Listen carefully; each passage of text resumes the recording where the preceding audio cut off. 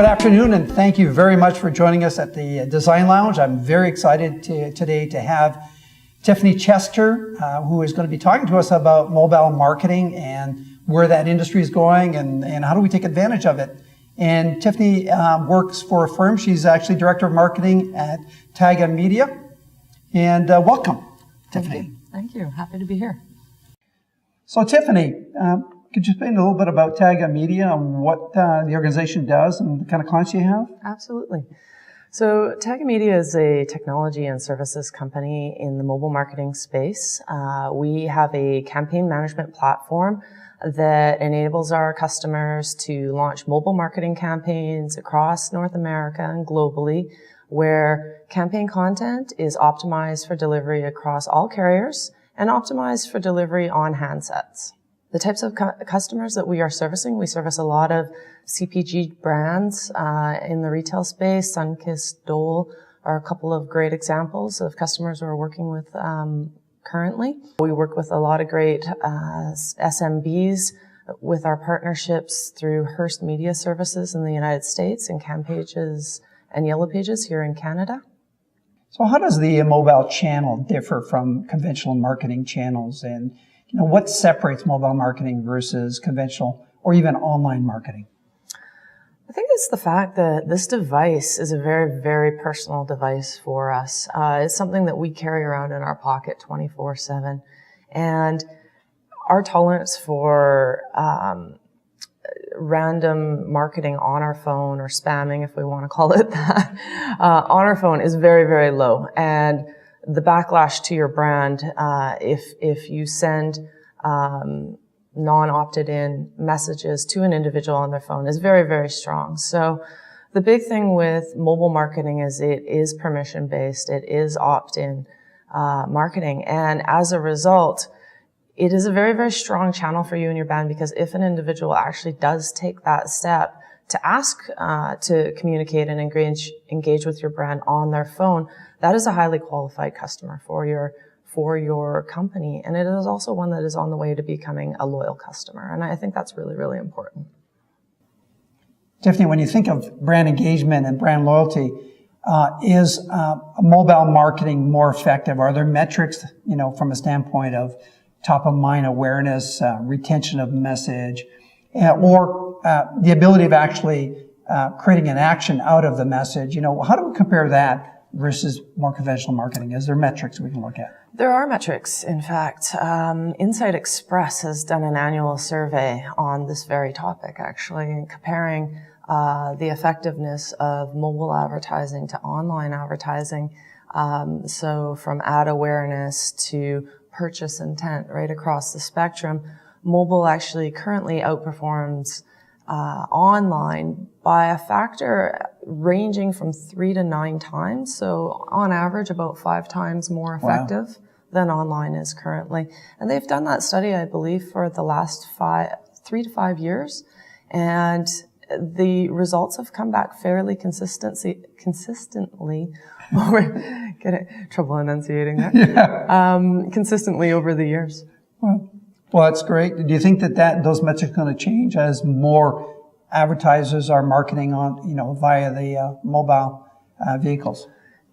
It's a great question. I think there always is that newness factor that impacts your results, and people are curious about things. We're seeing that in iPad right now with the ads in iPad. I think people are quite curious about them, and they're clicking on them at a higher rate just to see what it does. They've read about it, and so they're playing around with it. Over time, that will go down a little bit, I think. I think mobile does have an advantage over other mediums in that there is the ability to gather a fair amount of data about that individual and really target your advertising. So hopefully the advertising is relevant because there is a smaller screen size and less ads on that screen. Our awareness of those ads is higher. So I think over time we will see the response rates remain somewhat consistent. And would you define an iPad or a playbook as part of the mobile marketing network, or is it strictly mobile phones? I define it as mobile. However, for me, it's a bit of a tweener. It's not one of those things that you carry with you everywhere, despite the fact I have mine with me today. It's typically used at home or in the office. It's not something that I'm going to pull out of my bag on the street corner to look for the restaurant that I'm, trying to decide upon, or figure out where I'm going to go shopping today, or do any of those type of activities. So I do believe there is a difference between the two. Okay. When you think of mobile marketing and you think of who's buying mobile devices, smartphones, are there different segments that you need to take into consideration? Generation X and Y and boomers. Who is more apt to leverage and to read and participate in mobile marketing? Is there any specific segments that we should be looking at? Yes, there definitely are today. I believe, again, it's Inside Express who has categorized mobile usage as mobile intensive, mobile casuals, and mobile restrained. Mobile intensives are about 25% of the market at this time. Wow. And they're primarily represented by the millennials. This is a group that has grown up with mobile, grown up with technology. They're very technology agnostic. Will leap seamlessly between different media streams. So as a marketer, it's very important when targeting this group to understand that they're going to touch your brand across a whole lot of different types of media. So keep those campaigns seamless, because they're going to jump from one to another, and there needs to be that flow and connection. And I think mobile really is that connector, because I may see a TV ad, I may see a print ad. If there is a call to action, quite likely I'm going to pull my smartphone out of my pocket and interact with that contest, with that incentive, or if that just seek more product knowledge on whatever it is that's being advertised. And millennials are very apt to do that. The other segment within that intensive group is what I call the techie men. Don't know if there's a better name for it. Techie men. The very definition of early adopter. We have a few in the company right now. I could define techie men. Exactly, and they probably have an iPhone, an iPad, a MacBook Pro, and all in the bag, right? And if there's something new there, and you're the guy who is touching those ads on the iPad, aren't you? I am, absolutely. I'm guilty. Because they're very curious by nature and want to try things out. And the thing with marketing to that group is they are aware of what's going on in the market, and they are curious. And if you can wow them, the great part about a technology leader or early adopter is that they are great brand evangelists. So if you really do impress this group, they're the ones that are going to tell their friends, and vice versa. Their social network, these are the people that the social network looks to for product advice. So also important segment to keep in mind, while small in numbers, definitely powerful advocates for your brand. On the mobile casual side, also another 25% of the market. The research currently shakes out that that's 65% female. And what we have here is the digital mom, or otherwise known as the iPhone mom, right? So these are the people that are time starved. They have a lot on their plate, and they've got the iPhone for a couple of reasons: to save time, whatever it is, whether it's grabbing recipes on the fly while they're in shopping and multitasking, or if it's handing over the device to their children for entertainment purposes so they can get that shopping done. They're also fairly heavy users, and a very important category, obviously a very financially influential category for us to pay attention to. In terms of overall adoption numbers and these core groups, I think it will change over time as people's 3-year plans are coming up. More and more people are simply renewing with smartphones, right? So we're not grabbing the dumb phones, as we call them, when we renew our plans. So smartphone penetration is jumping leaps and bounds. I think they say by the end of the year, roughly 50%. So that's huge. So we're going to stray more towards those general demographics. However, I think it really comes down to those usage patterns, and I think those will take longer to adopt. I think even though a boomer might have a smartphone in their pocket, their usage may still be text messaging and sending photos. rather than getting more advanced quite quickly. A lot of our clients are retailers, and there's always this need to better communicate and better engage at store level. I was actually looking at in the banking industry how consumers line up in queues. And it's interesting that nowadays consumers actually pull out their smartphones and start checking emails and browsing the web while they're waiting. Specifically to the retail industry, how do you think smartphones and mobile marketing are going to change the behavior of retail? It is very interesting, and there's a lot of research going into this right now because it is a very competitive space. The classic use is obviously looking up additional product information while in stores. People are walking into the bricks and mortar locations and they're reading reviews about products that they're interested in. They're comparing other products, and they're also comparing prices. So I might be standing in Best Buy, for example, and looking at the price in one of their competitors and might walk right out the door or buy it right there on the spot on my phone because that information is now available to me. The other big thing that people are doing is they're going online to look for deals and incentives, right? So not only just the price comparison, but are you, the retailer, offering me an incentive to buy here and now on the spot? E-coupons and things like that. E-coupons and exactly, discounts like that.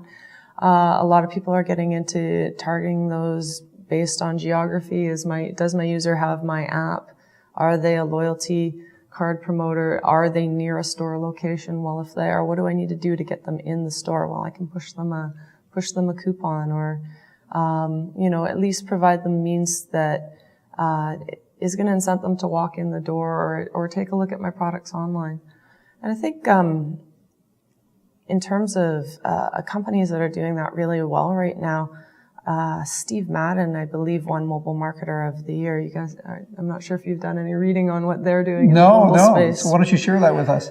They've been great. They've really taken a three-prong approach to it, and their philosophy is that online and the mobile experience, augment and extend the in-store experience. You'll never replace that.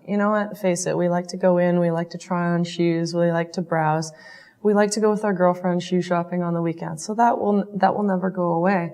However, there are those, coffee conversations where you're chatting with a friend and discussing product, and the ability to pull it up on your phone there at the spot where the intent strikes you is great. And Steve Madden's done a fantastic job of that. All of their product is online. You're able to find out if what the location closest to you is, and do they have that particular product in stock at the time, which helps push me either in store or I can choose to order it online right now. So the whole idea to be able to service your customers anytime that they are interested, that sort of my storefront is open 24/7 is really, really important in today's age with the tools that we have. Are we, through this technology, pushing consumers to go online more? In other words, do we see mobile marketing as really a vehicle to transfer the sale from a retail environment to an online environment? Any thoughts on that? Yeah, I think a certain percentage will go online for convenience sake. However, you can never replace the in-store experience. We all like to browse. We all like to try things on, to get our friend's opinion. Does this look good on me or not? That's part of the experience, and that'll never go away. Great. So Tiffany, you talked about Steve Madden as a great example of a brand that's doing it right. Are there other brands that have really embraced the mobile marketing and form that part of the integrated engagement strategy for their business? And I also like to know a little bit more about Q bars. We hear a lot about its usage. We're seeing it in posters and communication. Mm-hmm. Maybe you can help us understand, is it something that's a fad or a trend? I think it's a trend right now. I don't think it's a fad. I think it's a very convenient way to access more information about the products that we're looking at. To your first question, who's doing it well? I think actually the two tie together very nicely. Best Buy, as I mentioned earlier, has really embraced mobile and this idea of the mobile shopper, and they've rolled out some fairly extensive programs recently and are leveraging the QR code in store. So they do have cards on shelf by product, where if I'm taking a look perhaps at one type of camera, I can snap that QR code and get all the information I need about that particular model, read user reviews about the model, and pull up comparable products so I can educate myself as a consumer right there on the spot. Obviously, that helps the in-store staff. People are reading it. It sort of alleviates your HR needs there a little bit, and able to step in and provide that extra level of service to the customer in their in-store experience. They've also done a very neat thing, and I don't recall the URL right now, but I can maybe find this later for you guys, which is they have a live map, and if you go to this URL, you can actually see QR codes being snapped at Best Buy locations across North America, and what the product is that somebody is researching at that point in time. So it's like live. A ranking of Q bars for Best Buy. In a way, yeah. It's a map of North America, and it's like, okay, a Canon camera was snapped in Sacramento, California. A video game was, researched in New York State. So it's really quite neat. That's amazing. Yeah. What about Foursquare? We hear a lot about Foursquare and these really technology that identifies where you are. Do you see that being an integrated part of mobile marketing? I think there's a little bit of check-in burnout at this point in time. And I think that Foursquare is working to solve that and provide additional value add to consumers by providing, that sort of deals located to location.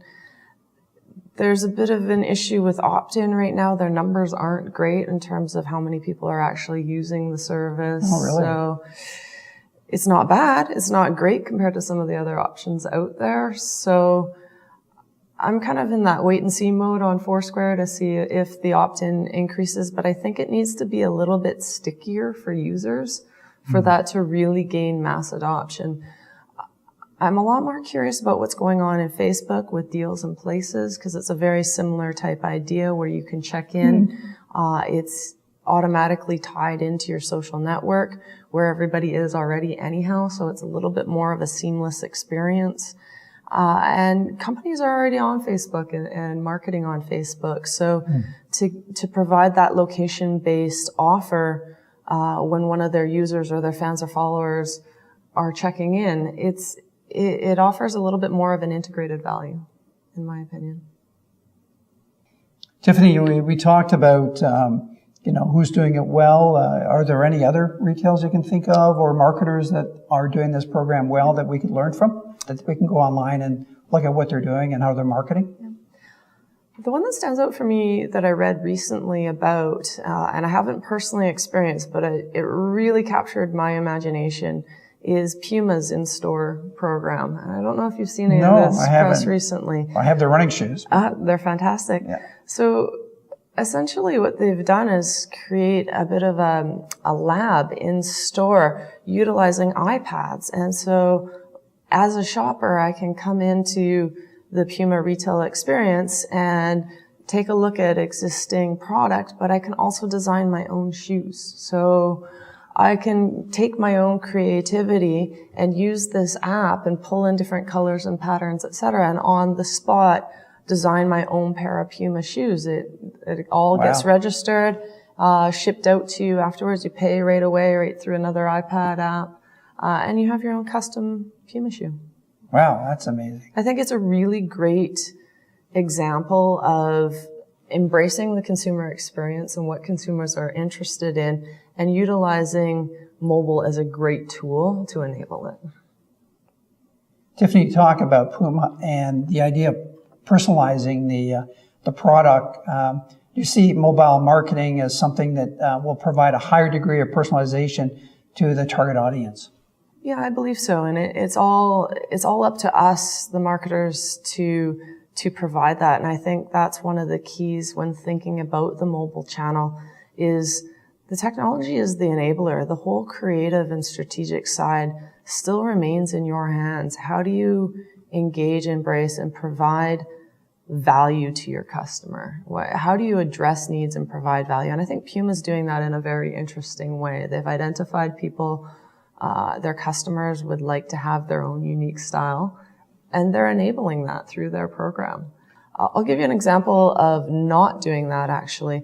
I was giving a presentation a couple of weeks ago, and one of the gentlemen in the audience told me a bit of a story about flipping through a magazine with his son and saw a very lovely print gloss ad for a particular product, which I won't mention at this point in time.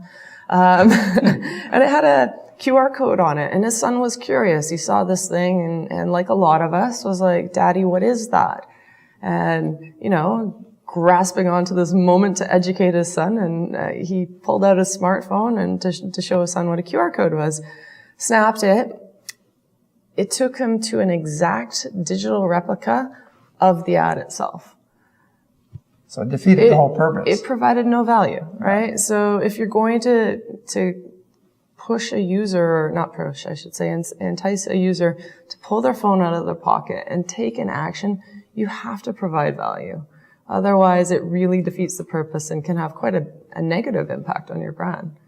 Tiffany, what is the best approach if you were to give advice to our audience about mobile marketing and the things that they need to look at and the things they need to put in place? What would you recommend to them? I think really think about what needs and problems you're attempting to solve for your customer. If it's in a retail environment, what are the typical actions and behaviors with your brand or their needs? Is it locating your retail environment? Provide a store locator and an easy way for them on their mobile device to figure out where the nearest store is, what your store hours are, and how do they get there. Can you provide directions utilizing the GPS of the phone?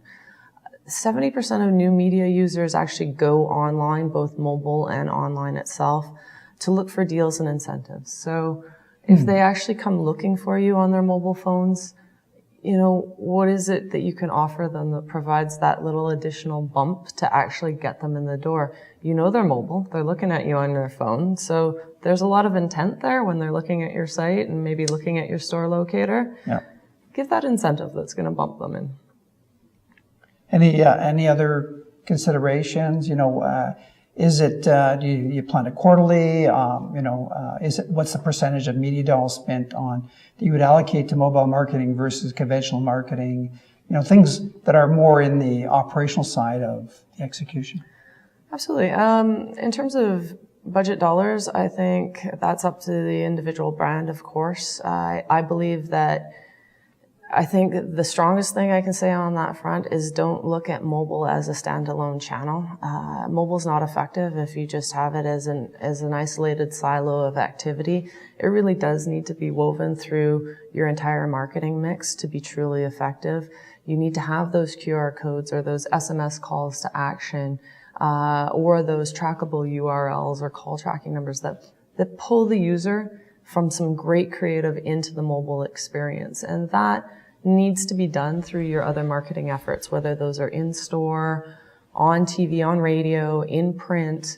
It really needs to be thought of as integrated across your whole strategy. So in terms of some of the items that you might want to be cautious of, I think frequency is one. You really need to think about some pacing of how many times you're pushing offers to an individual on their phone. I would say no more than 4 times per month, maybe once per week. If it's SMS, people will be receptive to once a week if your product has a reason to be sending incentives once a week. If it's a restaurant that has a weekly special or a massive retailer that has weekly sales, then okay, great, once a week. Maybe twice a month is more appropriate for your particular brand. I think the other caution is when diving into the app space. A lot of people want to have one because it's cool, which is great if that's what you're looking for, a little bit edge to your brand. But really consider long and hard whether it is an app or a mobile website that you actually require. There's a lot of pros and cons to both tools. I think the other thing to really consider strongly is what is your particular audience's mobile behavior? And that includes what type of handset do they carry? For example, You brought up the financial industry a little while ago. Traditionally considered a staid industry, right? Yep. A little boring, some people might say, although in reality, I don't think that's probably true. But you might be a financial brand looking to bring a little bit of edge or technology edge to your company. And you might think about going out and building an iPhone app to target the financial sector. And that might fall flat on its face, because I think if you stop and you do your background research, you'll find out that the majority of individuals working in the financial services sectors are on BlackBerries. And so you've missed your consumer. And it's really important to do that research before you invest a lot of dollars in building those apps. Typically today, marketing budgets are being challenged. Senior management team are asking what the ROI of the investment spend is. I know agencies are being challenged to provide, fact-based validation of the returns on the investment. Are there any metrics that the audience should be looking at when they evaluate and gauge the performance of their mobile marketing initiatives? Are there metrics? Absolutely. So it depends on the tool, of course. So with mobile advertising, you have the very similar metrics as you do with online advertising. So your click-through rate, your CPMs, et cetera. And today those rates are typically a fair amount higher than they are in online, but you can definitely gauge your ROI on that advertising dollar spend just as you do in online. Some of the other metrics I think are quite interesting to date. A lot of people are utilizing mobile for couponing and incentives, as we were speaking about earlier. And Burrell and Associates released a study that said mobile couponing has a 10 times higher redemption rate than print coupons do. And I think that's actually at the lower end, because in our experience in what we've with the campaigns that we've run, we recently ran one for a major retailer that pushed out an online ad campaign in both the United States and Canada. So it was a North American-wide campaign where you had the ability to print a coupon or send it to your mobile device. And while the gross numbers in terms of actual coupons acquired were higher in print, 37% of all coupons actually redeemed were mobile. And that was actually 42 times higher than the actual redemption rate on the print coupon. So very significant increase. And we also have a local retailer example in the Houston Aquarium, where they pushed out a mobile coupon. They ran some ads through the Houston Chronicle, and pushed out a 2-for-1 incentive that resulted in over 3,000 new customers for them. Wow. Over a few-week campaign, and they had a 50% mobile coupon redemption rate. So what I hear, Tiffany, is that not only is there a high redemption rate, the urgency of using that coupon is more effective using mobile marketing versus conventional. I'm not sure about the urgency, although that is an interesting point. I think it's the convenience, personally. I know for myself, I might print it out, and I'm quite likely to forget that on the kitchen table. Versus my phone, I'm not forgetting that. That phone is always with me. So I'll be like, oh yeah, I got a coupon for that. It's on my phone. Well, it's interesting. There was a recent study that asked respondents, if you had to give up one thing for a week, and they ranked a whole bunch of different things, that the one thing that they wouldn't give up is access to their smartphone, that consumers are very attached to their wireless devices and very reluctant to give them up no matter what. And interesting insight. Tiffany, we're going to open the lines. At the bottom of your screen, you'll see a phone number, a call-in number. By all means, call in. We'll open the lines up for some questions. But, Tiffany, do you have questions for our audience? Let's start this dialogue. I would love to hear about the challenges and the successes that you guys are having out there. What has worked for you in mobile marketing? And on the flip side, for those of you just entering mobile marketing, what challenges have you had getting going, or challenges in the programs that you have rolled out? Would love to discuss those. Thank you very much, Tiffany. This is Tiffany Chester. She is from Taga Media. They are a large, software and platform for mobile marketing. located in Vancouver, a lot of experience in the industry. We're now going to open the lines. You'll also be able to download the white paper, Mobile Marketing, that has a lot of the insights that Tiffany has shared with us today, and also the PowerPoint presentation. So thank you for joining us. Look forward to talking to you online, on the phones. Thank you very much.